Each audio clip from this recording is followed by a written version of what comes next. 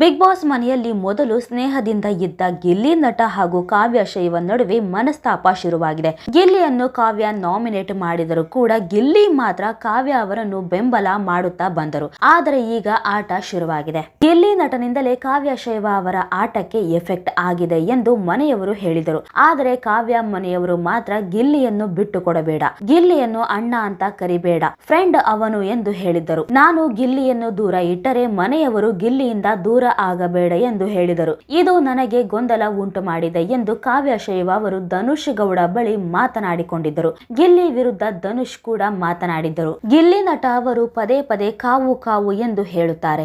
ಏನೇ ವಿಷಯ ಇರಲಿ ಅವರು ಕಾವ್ಯ ಬಗ್ಗೆ ಮಾತನಾಡುತ್ತಾರೆ, ಸಪೋರ್ಟ್ ಮಾಡುತ್ತಾರೆ. ಈಗ ಧನುಷ್ ಗೌಡ ಅವರಿಂದಲೇ ಕಾವ್ಯ ಹಾಗೂ ಗಿಲ್ಲಿ ನಟ ದೂರ ಆದರು ಎಂಬ ಚರ್ಚೆ ಶುರುವಾಗಿದೆ. ಧನುಷ್ ಗೌಡ ಜೊತೆ ಕಾವ್ಯ ಶೈವ ಅವರು ಬೆಡ್ರೂಮ್ ಏರಿಯಾದಲ್ಲಿ ಮಾತನಾಡಿದ್ದಾರೆ. ಆ ವೇಳೆ ಕಾವ್ಯ ಅವರು ಸುದೀಪ್ ಸರ್ ಹಾಗೂ ಹೊರಗಡೆಯಿಂದ ಬಂದವರು ಇಲ್ಲಿಗೆ ಬಂದು ಅವನಿಂದ ನಿನ್ನ ಗೇಮ್ಗೆ ಎಫೆಕ್ಟ್ ಆಗ್ತಿದೆ ಅನ್ನೋದು ಮ್ಯಾಟರ್ ಆಗ್ತಿದೆ, ಗಿಲ್ಲಿ ಎಫೆಕ್ಟ್ ಮಾಡ್ತಿದ್ದಾನೆ ಎಂದರು. ನಾನು ಏನು ಮಾಡ್ತಿದ್ದೀನಿ ಅನ್ನೋದು ಪ್ರಶ್ನೆ ಬಂದಿದೆ. ಹೀಗೆ ಕಾವ್ಯ ಹೇಳ್ತಿದ್ದ ಹಾಗೆ ಧನುಷ್ ಗೌಡ ಅವರು ಅರ್ಥ ಆಗುತ್ತೆ ಎಂದು ನಾನು ನಿನಗೆ ಹೇಳ್ತಿರೋದು, ಗಿಲ್ಲಿಗೆ ನಾನು ಅರ್ಥ ಮಾಡಿಸೋಕೆ ಆಗಲ್ಲ. ಗಿಲ್ಲಿ ನಿನಗೆ ಇವರೇ ಬನ್ನಿ ಇಲ್ಲಿ ಅಂತ ಹೇಳ್ತಾನೆ, ತಾಳಿ ಕಟ್ತೀನಿ ಅಂತ ಹೇಳ್ತಾನೆ, ಬ್ರಾಸ್ಲೆಟ್ ಕೊಟ್ಟು ಎಂಗೇಜ್ಮೆಂಟ್ ಆಯ್ತು ಅಂತಾನೆ. ಇದನ್ನೆಲ್ಲ ಗಿಲ್ಲಿ ಹತ್ರ ನೀನು ಯಾಕೆ ಅನಿಸ್ಕೊಳ್ಬೇಕು ಅಂತ ಕೇಳ್ತಿದ್ದಾರೆ. ಇದನ್ನೆಲ್ಲ ನೋಡಿದ ವೀಕ್ಷಕರು ಧನುಷ್ ಗೌಡ ಇಂದಲೇ ಕಾವ್ಯ ಹಾಗೂ ಗಿಲ್ಲಿ ದೂರವಾದ್ರು ಅಂತ ಬೇಸರವನ್ನ ವ್ಯಕ್ತಪಡಿಸಿದ್ದಾರೆ. ಅಂದ ಹಾಗೆ ಗಿಲ್ಲಿ ನಟ ಅವರು ಕಾವ್ಯಗೆ ಟಾಂಟ್ ಮಾಡುತ್ತಲೇ ಇದ್ದಾರೆ. ಧನುಷ್ ಗೌಡ ಅವರ ಮಾತು ಕೇಳಿ ನನ್ನ ಜೊತೆಗೆ ಸರಿಯಾಗಿ ಮಾತನಾಡದ ಕಾವ್ಯ ಶೈವ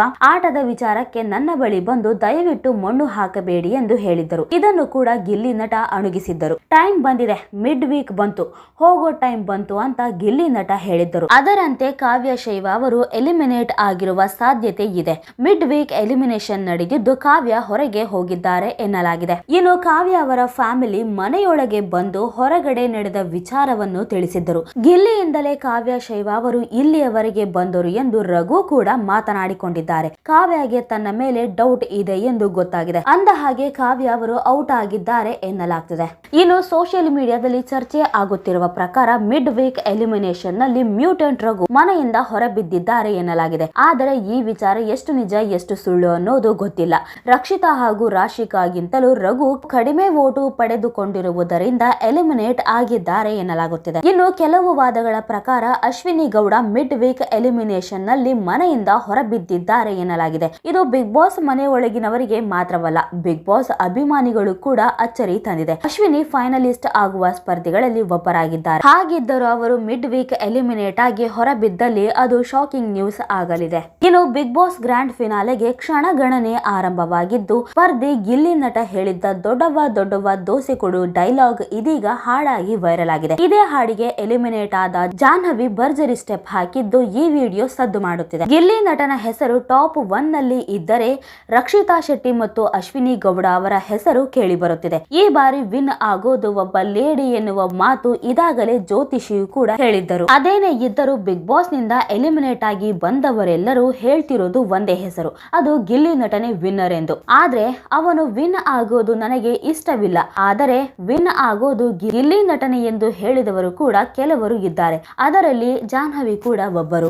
ಇದೀಗ ಈ ಜಾಹ್ನವಿ ಬಿಗ್ ಬಾಸ್ ಮನೆಯಲ್ಲಿ ಗಿಲ್ಲಿ ನಟ ಬರೆದಿರುವ ಹಾಡು ಸಖತ್ ವೈರಲ್ ಆಗ್ತಿದೆ. ಅಶ್ವಿನಿ ಗೌಡ ಮತ್ತು ಜಾಹ್ನವಿ ಅವರನ್ನು ಉದ್ದೇಶಿಸಿ ದೊಡ್ಡವ ದೊಡ್ಡವ ದೋಸೆ ಕೊಡು, ಚಿಕ್ಕವ ಚಿಕ್ಕವ ಚಕ್ಲಿ ಕೊಡು ಎಂದು ಗಿಲ್ಲಿ ಬಿಗ್ ಬಾಸ್ ಮನೆಯಲ್ಲಿ ಡೈಲಾಗ್ ಹೇಳಿದ್ದರು. ಇದು ಸಾಕಷ್ಟು ಗಮನ ಸೆಳೆದಿತ್ತು. ಟುಡೇಸ್ ಬೀಟ್ಸ್ ಹೆಸರಿನ ಇನ್ಸ್ಟಾಗ್ರಾಮ್ ಖಾತೆಯಿಂದ ಇದಾಗಲೇ ಬಿಗ್ ಬಾಸ್ ನ ಹಲವಾರು ಡೈಲಾಗ್ ಗಳ ರಿಮಿಕ್ಸ್ ಮಾಡಿದ್ದಾರೆ. ಅದರಲ್ಲಿ ಒಂದು ಈ ಹಾಡು ಕೂಡ.